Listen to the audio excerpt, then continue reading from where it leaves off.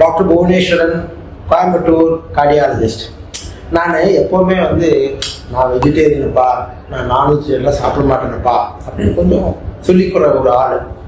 அது என்னுடைய தனிப்பட்ட விடம். ஆனால் என்னுடைய ரத்தத்தில் டெஸ்ட் பண்ணி பார்த்தா B12 அளவானது மிக குறைவாக இருந்துச்சு. என்னடா அது B12 அப்படின்னு பார்த்துட்டு இதை பற்றின ஒரு விவரங்கள் உங்களுக்கெல்லாம் சொல்லிக்கலாம் அப்படின்னு. இந்த B12ங்கிறது பார்த்தீங்கன்னா பொதுவாக அனிமல் ப்ராடக்ட்ஸ்லேருந்து நமக்கு கிடைக்கக்கூடிய ஒரு விதமான பி வைட்டமின். இந்த B12 டெஃபிஷியன்சி என்பது மிக மிக அதிகம். யாருக்கு நடுவில்? வெஜிடேரியன்ஸ், வெகன்ஸ். வெஜிடேரியன்ஸில் வேகன்ஸுக்கும் வெஜிடேரியன்ஸுக்கும் என்ன வித்தியாசம்னா, வேகன்ஸுங்கிறவங்க பால் பொருட்களும் சாப்பிட மாட்டாங்க.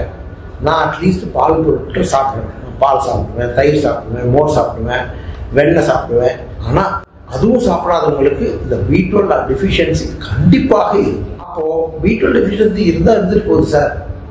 ஏன்னா B12 டெஃபிஷியன்சி நம்முடைய மூளைக்கு, நரம்புகளுக்கு, நம்முடைய எண்ணங்களுக்கு, சிந்திக்கிறதுக்கு ரொம்ப அவசியம். என்ன புரிஞ்சுக்கணும்? B12 டெஃபிஷியன்சி இருக்கிறவங்களுக்கு பலவிதமான பிரச்சனை, ஜெனரல் டயர்ட்னஸ், நாக்கில் நிறைய புண் வருவது, இதை தவிர உங்களுக்கு அந்த சிந்திக்கும் திறன் குறையுது, டிப்ரெஷன் கூட வரலாம். அதனால தயவு செய்து நீங்கள் ஒரு வெஜிடேரியன் அப்படின்னு இருந்ததுன்னா B12 அளவை மறக்காம செக் பண்ணிக்கணும். குறைவாக இருந்தால் அதற்கு நல்ல அருமையான மருந்துகள், உட்கொள்ளக்கூடிய மருந்துகள், ஊசி மூலம் மருந்துகள் இருக்கு.